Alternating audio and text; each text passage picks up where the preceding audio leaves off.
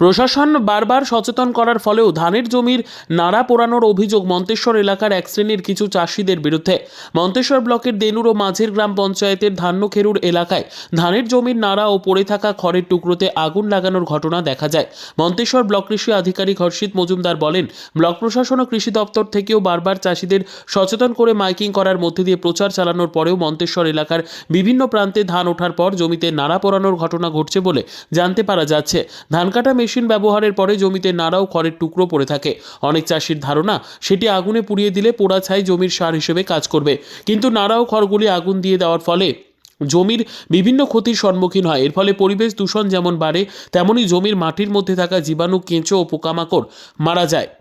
তার ফলে জমির মাটি শক্ত হয়। পুড়ে যাওয়া মাটিতে প্রয়োগ করা সার জীবাণুর অভাবে ফসলের উপযোগী হয়ে ওঠে না। এক্ষেত্রে জমিতে পড়ে থাকা নাড়া ও খড়ের টুকরো জমিতে জল দিয়ে পচিয়ে মাটির সঙ্গে মিশিয়ে দিলে তা সারের কাজ করবে বলে জানান তিনি। প্রশাসন থেকে নাড়া পোড়ানোর বিরুদ্ধে সচেতন করার পরেও কিছু সংখ্যক চাষি এই ধরনের কাজ করছে বলে জানা যায়। তেমনি আজও মধ্যমগ্রাম পঞ্চায়েতের ধান্যখেরুর ও দেনুর এলাকায় ধানের জমির নাড়াতে আগুন লাগিয়ে দেওয়ার ঘটনা ঘটেছে। এই সম্পর্কে ব্লক কৃষি আধিকারিক হর্ষিত মজুমদার ও চাষিরা আমাদের জানালেন, আমরা অভিভাবক বেশ কয়েক বছর ধরেই শুধু মন্তেশ্বর ব্লক নয়, গোটা পশ্চিমবঙ্গ জুড়েই আমাদের কৃষি দপ্তর থেকে অভিযান চালানো হচ্ছে যে আমন ধান কাটার পর কৃষকদের যে ন্যাড়াটা পড়ে থাকে সেইটা যেন তারা না পোড়ায়। পোড়ালে যেটা হয়, মাটির যে উপরি অংশ সেটা পুড়ে যায়। সেখানে শুধু জৈব সার নয়, মাটির মধ্যে যে খাদ্য উপাদানগুলো থাকে সেগুলো অনেক মাইক্রো অর্গানিজম থাকে, সেগুলো এডিবল কন্ডিশন নিয়ে থাকে, তার সেখান থেকে গাছ খাবারটা নিতে পারে। তাই আগুন দিয়ে পুড়ে দেওয়ার জন্য কি মাটির উপর অংশে যে জীবাণুগুলো আছে মরে যাচ্ছে।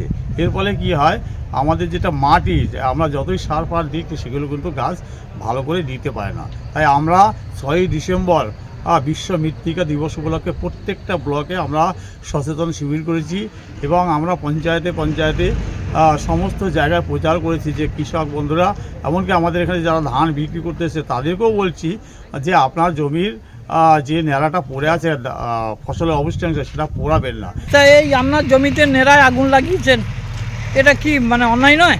হ্যাঁ, অন্যায় তো বটেই। এখন মাঠ মায়ে ধান আছে, আমি কে এখন লাগিয়ে দিয়েছে সেটাই তো দেখান, না দেখলে কী করে বুঝে যাবে? আপনি জানেন না?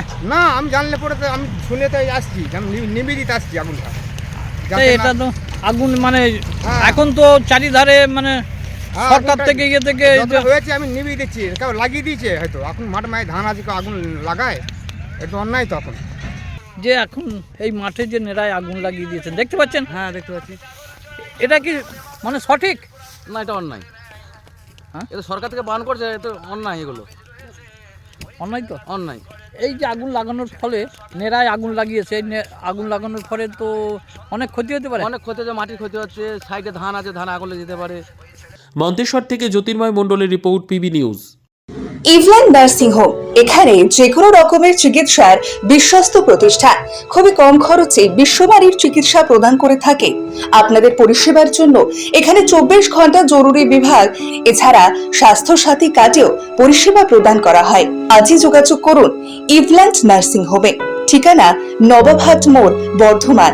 ফোন নাম্বার মনে রাখবেন 9434383966 অথবা 7908496820।